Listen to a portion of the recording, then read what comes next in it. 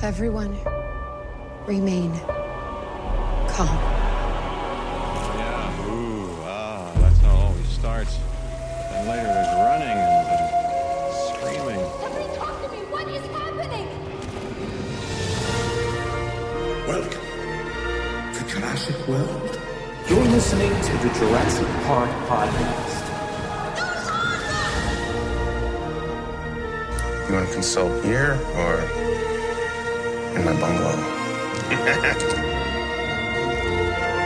Hold on to your butt. Well, we're back. Hello, and welcome to the 24th episode of the Jurassic Park Podcast. I'm your host, Brad Jost, and we're here to discuss all things Jurassic Park. A few things before we get started. We've been doing some awesome work behind the scenes to line up some great interviews for you for the next few weeks. I'm really excited to get them to you because I think you'll all really enjoy them. I also wanted to mention at the top of the show, if you haven't already, go give us a review on iTunes because it helps us tremendously in the iTunes rankings and makes it easier for great people within the community to find us. And for another quick favor, maybe you can go give us a follow over on Twitter. We do most of our work there, and our handle is @JurassicParkPod. Now, in this episode, we have some interesting news and a great chat with Jennifer Terek about the Target exclusive version of the Jurassic World DVD. So why don't we get into things here with a bit of Jurassic news from around the world.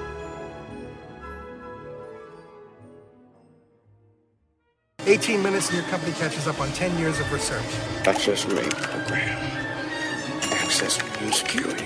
These pictures were taken in hospital in Costa Rica 48 hours ago. I don't want to jump to any conclusions, but look. Boy, my head being right all the time. But today, I guarantee it. A T-Rex bone found in Wyoming strongly suggests that the dinosaur was a cannibal. According to the Washington Post, the bone was discovered with deep grooves, comparing it to the eating habits of humans and how we eat chicken off the bone. Now, they seem to believe it was another theropod, and the teeth marks found on the bone highly suggest that the marks came from a T-Rex. It seems very clear to the researchers due to the fact that no other theropods have been found in that area, only the Rex. So I wonder, does this change the way you think about the T-Rex? Well, not in my mind at least. I just have this vision that the T-Rex was the baddest creature in the past and would eat whatever got in its way. What do you think? It's an interesting find for the king to be gnawing on its own, right?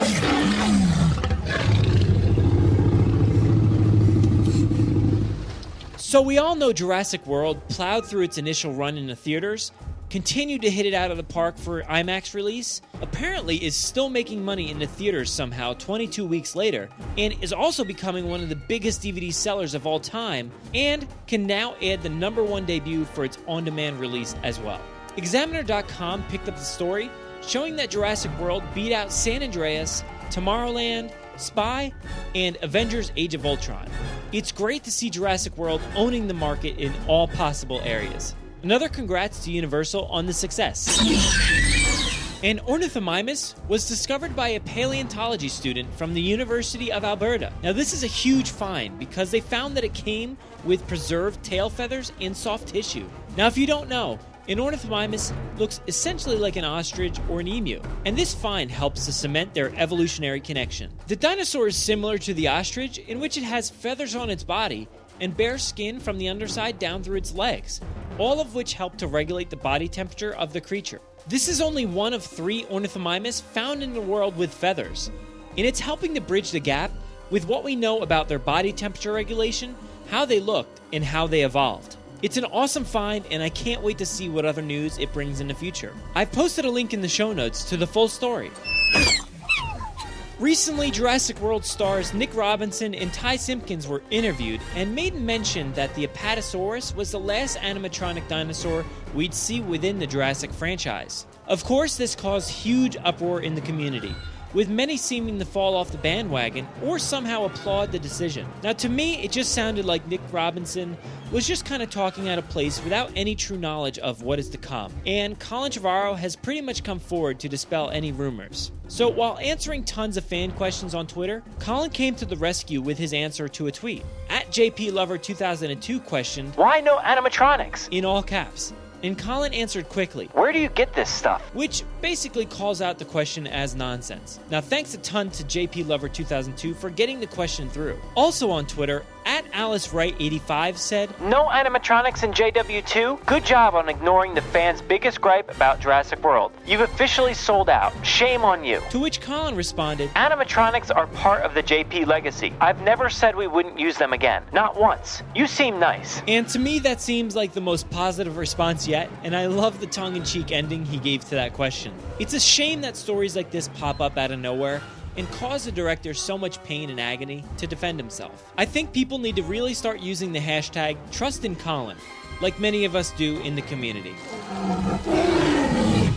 Speaking of animatronics, in West Palm Beach, the South Florida Science Center and Aquarium debuted a new traveling exhibit, Dinosaurs Around the World. From now until April 16th, you can go and visit with 13 life-size dinosaur animatronics. The exhibit gives visitors the ability to see what these creatures looked like, especially since some of them have changed since their original perceptions. The museum is now host to many other fossils, casts, and loads of information. Check out the link in our show notes to find more information about the exhibit. If you get a chance to go, report back to us and let us know how it looks.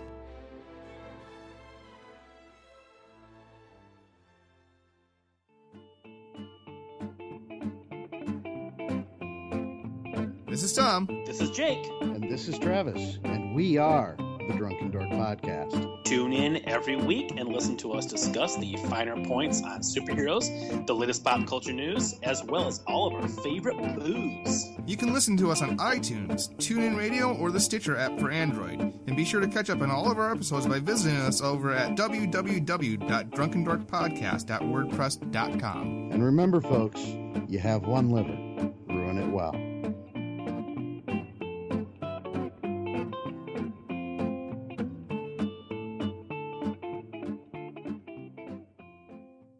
Let's open up the doors to the Visitor Center, where Jennifer Terek will join me to discuss the Target exclusives for the Jurassic World DVD.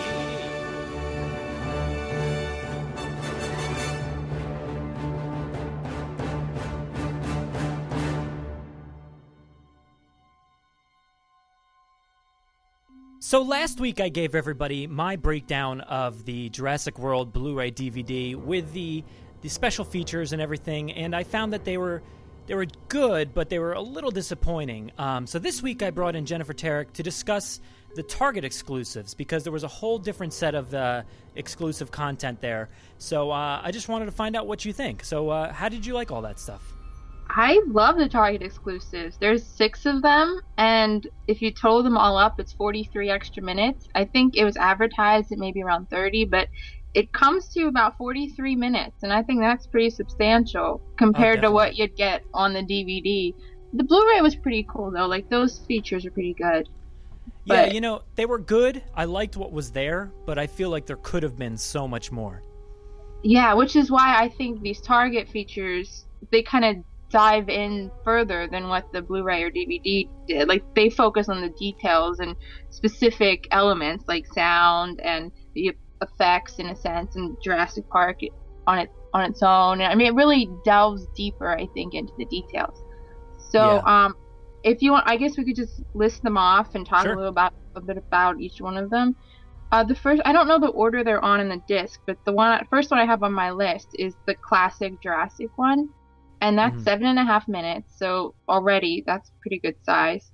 And it's really everything we've seen. I just said about the details, and it's like the first one. It's not about details, but it's about the cast, just, you know, talking about the first movie and their experience. And we've seen that before several times. Some of them mention their favorite scenes and such. But it did go through the people who worked on both the previous movies and this one. So that was kind of cool. Again, we've seen that before. But it's a nice little feature to put that all together, and yeah, that was good. 7.5 minutes of that, so that's cute and it's fun. Yeah, it's always good to see what the people now think of what came before them. So I really enjoy that aspect of it. Yeah, it throws so much nostalgia at you because it has the clips from it really focuses on the original one, and it even has Steven Spielberg in there as well with Colin talking about it. So that was pretty nice to see. Yeah. and it's a nice intro, because the next one I have on here is probably one of my favorites, if not my favorite, and it's the gyrosphere, building the gyrosphere. That was amazing. It reminded me of the video they showed of making the Apatosaurus, the animatronic. Mm-hmm. It was that kind of detail and that kind of work to make these gyrospheres. It was amazing, I thought. And that's 4.5 minutes, so it's not super long, but it's really detailed. And it even, to the point of where they said Steven Spielberg wanted to put a set of lights inside of it in case the guests ride it at night or something. Like, it's that detailed. Oh, definitely. Yeah, I really like that aspect of it, when they just they didn't know what else to do, so they just put these lights right up on the front. It's pretty awesome how they can integrate pretty much whatever the director or the producers want. Yeah, I mean, I never even noticed that before, and most people probably don't, so that's pretty cool. And it's crazy the engineering that went into it, because it not only had to be like a ride that could go today, but they had actually put people in it. It just wasn't a model that they'd CGI, or that they'd even CGI people in or whatever. Like, the two boys actually had to sit in it. It had to ride. It had to go on a track. That was amazing. Like, the engineering blew my mind watching this. That was fantastic. Yeah, the normal Blu-ray disc actually talked a little bit about it, but it didn't dive deep into how it was made. Like, in this version, you get to see like the warehouse or wherever they built these machines, and it's really cool to see them all lined up there in the background. And they even said that they made 3 of them. Yeah. 2 for Hawaii and 1 for Louisiana. So that was neat. And they also said they were going to originally be in multiple colors, like bumper cars or something. Each car's a different color. So that's kind of neat, but they all went with blue, of course. Yeah, I'm kind of glad they went with the blue, kind of keep it uniform. Even though if they had gone with different colors, it still would have been in a typical theme park scene there. You always see different rides with all kinds of different colors and cars, so it would have fit as well. Yeah, I don't know. I like the colors, because it is very theme parky to make colors. Oh, definitely. Yeah, I know whenever I go to a theme park and I see the colors coming by, and I'm kind of like counting how many cars are left until I get there, and I'm like, which one am I going to get? Am I going to get the blue one, the purple one, the red one? Yeah, I know. Please don't get the pink one, please. I want the pink one. See? There you go. But so yeah, that's a really cool, and that might even be one of my favorites, because the detail and the work, individual work that went into sculpting and sanding and painting, and they had a person for each thing. That's amazing. So yeah, and like you said, it's only 4-something minutes long, but it really does dive deep into it, and it's definitely one of the better features that are on the Target exclusive there. So yeah, and so then we jump to the next one, which is the Jimmy Fallon one, which is cute. It's not as amazing as the gyrosphere, but you get a couple interesting things out of it. Like, you could see all the different takes that he did, and the ways the one that they chose from the takes, and a couple of them had him hitting the glass with a hammer instead of the bullet. So I mean, they get some cool things, but it's really quick. It's 2.5 minutes. It's really, it's fun though. Yeah. What I liked about that one was the fact that they brought up that they actually filmed that on the Saturday Night Live set in New York.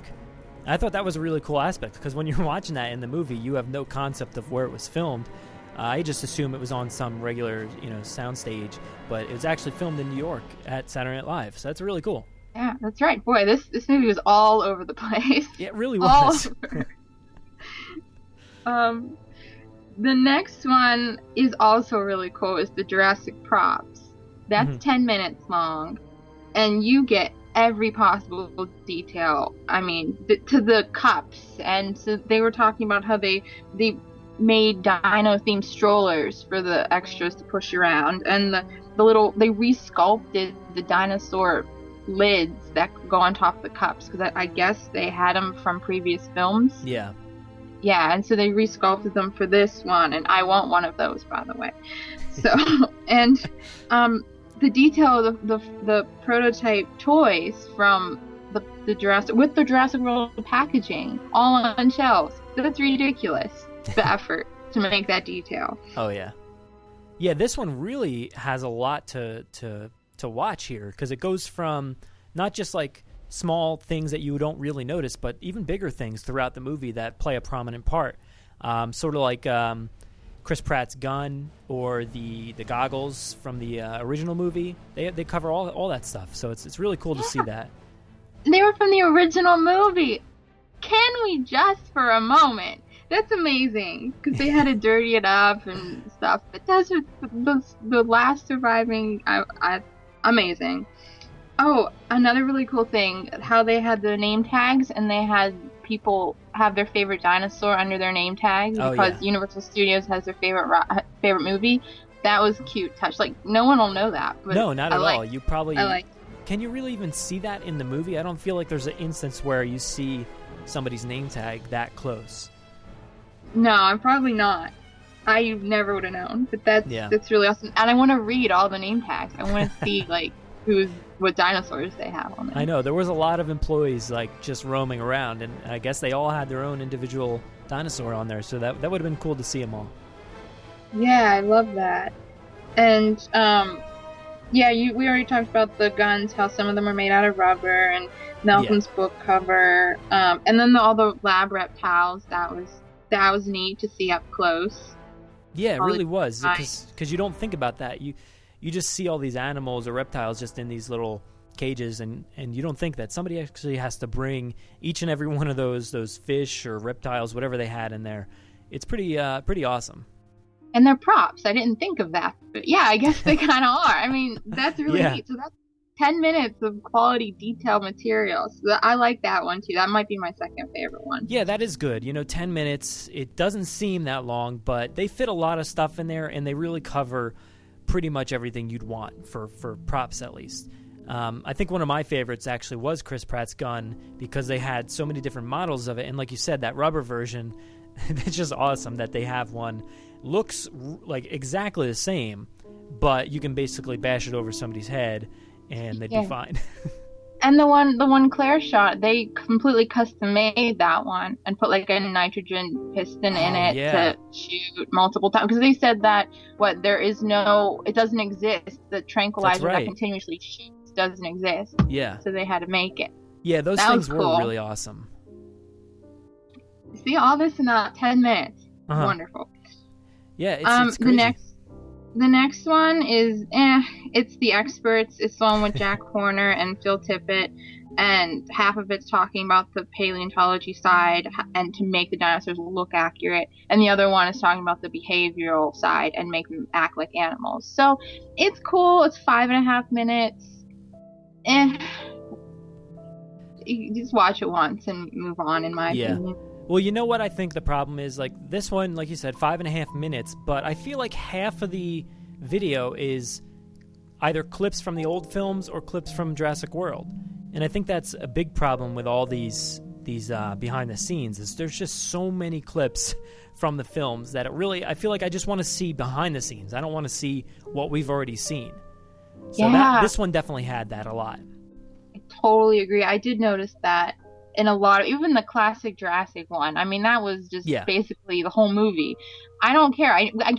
We've seen the movie. We want to see all the extra filming and the filming of the filming and all the B-roll stuff and all the takes, different takes. I would love to see all those different takes. Yeah, definitely. Different takes and outtakes and all that stuff. Those are some of the most fun things to watch. Because they'll show it, like, real quick, and then they'll go cut away to another one, or cut away to a clip, and I'm thinking, no, go back. I want to see that. Yeah, I want that's to see the rest. I want to see, like, 20 hours of that. Just every take from the entire film. Yeah, I'll watch it. I'll watch them film the whole thing. Yeah, you're right. I probably would, too. Maybe they think that's boring. Maybe they think people aren't interested in that, or they constantly need, like, flashing images and new footage or something. I don't know. Well, I think it's kind of the syndrome that most films go through nowadays, Jurassic World included, that it has to be flashy. It has to have a ton of action, and it has to have, like, everything in front of you right there. Unlike older films where they took their time, they paced everything out, they had longer conversations. Sometimes really nothing ever happened. Like if you think of the original Jurassic Park, there were times when it was just a conversation or just a speech or something like that, and things that you would sort of deem boring today. but yeah, that's kind of what I want to see in these behind the scenes. Even that boring stuff that maybe people would be like, oh, this is kind of lame. But, us like huge fans would love to see each and every intricate detail that went into it. Absolutely. There's so much gold probably that they have on film that they're just not releasing. That they're like, oh, that's nothing. But to us, it's everything. And with this, the experts, these are the guys you want to hear from. You want to hear 15 to 30 minutes worth of content from these guys. Yeah, the details they could provide would be amazing. And just more on scene, on set footage. Yeah. They had a little bit, but so much they're keeping from us. Of course.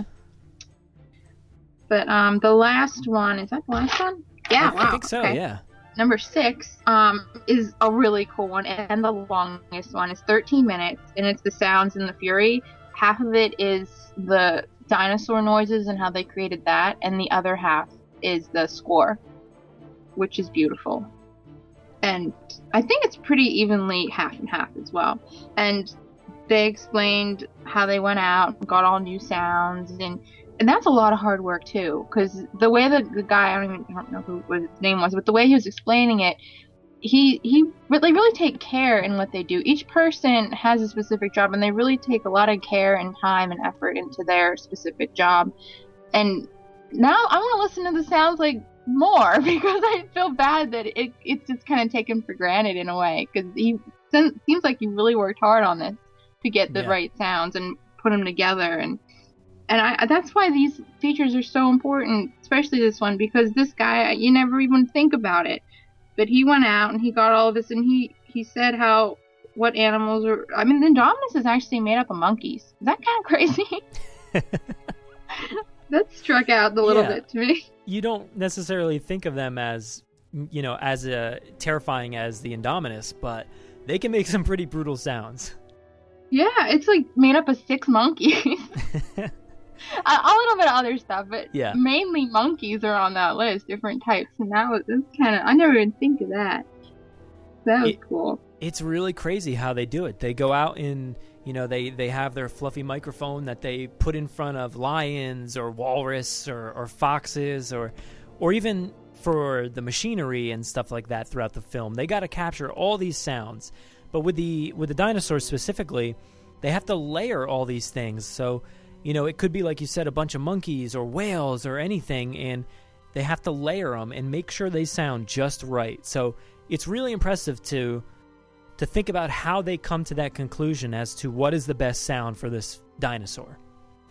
And I believe it's crazy. He said the mosasaurus is only a walrus, a pilot whale, and a beluga whale, and that's it. It's all mushed together, different levels. Yeah, kind of neat. It's just super impressive, and it actually looks really fun. I don't know if you got that impression, but when they're sitting there in these environments just recording, and some of the times they actually have to do some pretty ridiculous things. So, for instance, they have to do all the Foley, the noises throughout the film, not just the dinosaurs or the machines. They actually have to do footsteps, talking, and all this stuff in the background that you don't actually really pay attention to that much.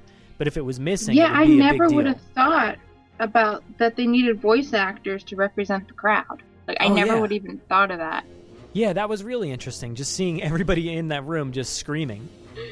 Yeah, and I didn't even think that you need voice actors. That's cool. The whole crowd is 10 people. It's kind of neat. Yeah, just layered again, the dinosaurs, just a bunch of people layered over and over again to sound like a giant population. It's just so impressive. This is one of the aspects that people just, don't even think about while watching the movie, but so much detail and so much work goes into it. So it's great to see this behind the scenes for that. Yeah, and the total chills when they're doing the score. That's amazing. I love that whole half with the score. Yeah, I think that's what I most looked forward to for behind the scenes. And this stuff, I really don't think Michael Giacchino was even in the other one at all, in the regular Blu-ray disc. So it's great to see what he did and the conductor and everything did to make this sound the way it does. Yeah, and see, you'd never even know if you didn't watch the Target feature. There's quality stuff in these Target features. It really is. And it's just, Michael Giacchino, actually, he really blows my mind because, I mean, I don't know about you, but I love this soundtrack. And while it's not the original soundtrack. The original soundtrack is a thing on its own. But this one is really comparative. I think it's just so great. And the fact that he did this, along with Tomorrowland and Inside Out and Dawn of the Planet of the Apes, and it's just incredible that he did all those this year. or not, maybe not this year, but leading up to this year, all these films were released. Like, it's just so crazy that he has this much time and this much skill, and he can create all those notes. This is one of the most things I find impressive. I know, out of nowhere. I mean, I think at one point of the feature, he said how yesterday this didn't exist, and now all of this exists. And he totally created it out of thin air, and it's amazing. Yeah. I love that. Yeah, these guys are some of the most impressive in the business. And, whether they're creating their music digitally, like writing it all out ahead of time, or like John Williams, who just kind of hand writes it all out. It's, both versions are so spectacular, and I love to see them, like in this video particularly, they actually do like the nice piano theme, and it's just so cool to watch somebody actually playing that. Because you don't get that on an album. You just hear it. You don't see the guy like really giving it his all. The original guy, like that's the one that recorded it, and the choir and those the orchestra. I mean, those are people that are on the soundtrack. Yeah. So that's really awesome. Yeah. Yeah, I was really glad to hear that. I mean, I knew, just from listening, you can sort of hear it, but you might not be able to pick it out if you're not too in tune with it. But the choir is so imperative to Jurassic Park, I think, because it goes back to the original score. There was so much choir work in there, and it was very haunting and kind of joyous and triumphant. So it's great to hear them back and hear and actually see them working, and they actually look really into it. Yeah, oh geez, that choir, I know, because when I'm in the car, I play my iPod sometimes, especially on long trips, and if I'm traveling with a friend or whatever, and the Jurassic Park comes on, I'm a mess, for one. But then whenever the choir comes on, she'll attest to it. I'm like, the choir, I can't do it. Like, yeah. It's just so powerful that you notice the choir, and I'm so glad they brought them back. Yeah, this. Like they're very important. The opening title for the movie, like the choir is 100% necessary for that scene, because it gives you that haunting, like scary vibe that egg hatching scene was going for, and the choir is just so important to that. So it's great to see them working, and I hope they keep them around, for all the films to come. Yeah, it was great. These features are good. I wish they lasted longer. I'll take days worth. That's totally fine. I want so much of it. I know. I highly expect, multiple versions of this DVD down the road. When, they'll have an extended version of something, they'll release that, and then when the next film comes out, they'll release a whole nother package, and then when the final, of the new trilogy comes out, they'll release another one. So we're gonna get multiple versions. Like Star Wars, I don't think will ever stop releasing DVDs, and pretty much everybody buys them every time. So yeah, I think the same goes for this. Never gonna stop getting my money ever. No. I'm a slave. They have me forever. Yeah. And especially if they keep doing these exclusives, like you have to buy them at certain places to get certain content, which I really hate that aspect of DVD sales. But it helps, and you went to Target and got this one. I got the special edition one, which has great stuff on it. But, you can't get them all at the same place. So it's kind of a shame, but it definitely makes you spend more money. That. Yeah, I know. I hate it that it's spread out. But if anyone doesn't have the Target exclusive and you'd like to see the Target exclusives, you can head over to YouTube and watch them on the BDH Network's YouTube page. That's awesome. Where they are. That's where I watched them. So if you like anything we talked about, head over there, give us a subscribe, and all 6 videos are there for your enjoyment. So where else can anybody find you on the internet? You could find me at Jennifer_Lynn89, and I also run the Bryce Dallas Howard Network. Yay! Announcement. Yes. And you can follow that at BDH Network. And then the YouTube page is the Bryce Dallas Howard Network again, which has all these videos. Yeah, so definitely go watch follow. Yay. Definitely go subscribe to you, follow you on YouTube and Twitter, and thank you so much for joining me this week. No, thanks for having me. Always fun. See you next time. Bye.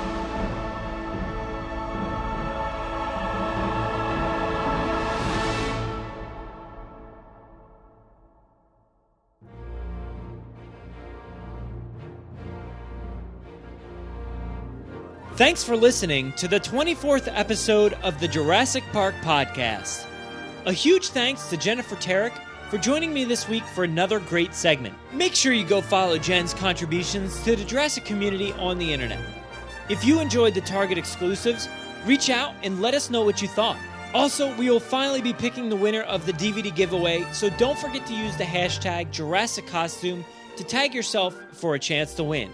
Now, if you want to interact with us, we do most of our work over on Twitter at Jurassic Park Pod, but we're also on Instagram, Tumblr, and Flickr. You can listen to us via iTunes, Stitcher, SoundCloud, Podomatic, and YouTube. So make sure to subscribe. It means a lot. We're usually spotted commenting on the Jurassic Park subreddit as Jurassic Park Podcast. All of the links to our web presence are in our show notes. I know I already mentioned it, but if you haven't already, please do us a huge favor by giving us a 5-star review on iTunes. It will seriously help us build a greater Jurassic Park fan community. If you want to get a hold of us, you can email us with any news stories, MP3s, segment ideas, pictures, top 10s, or comments to JurassicParkPod@gmail.com. If you would like to record something for the show, you can send it in to us and we'll feature it in an upcoming episode. Now, if you don't have a way to record, you can give our voicemail a call and leave us a message. The number is 732-825-7763. Thanks for listening, and enjoy.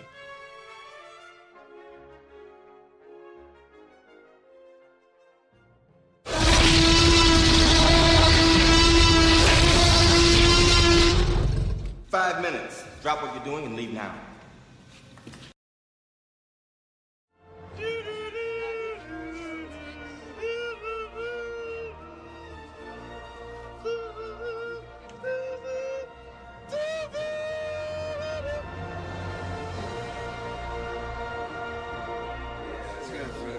When I record the actual theme song, I won't sing it that perfectly.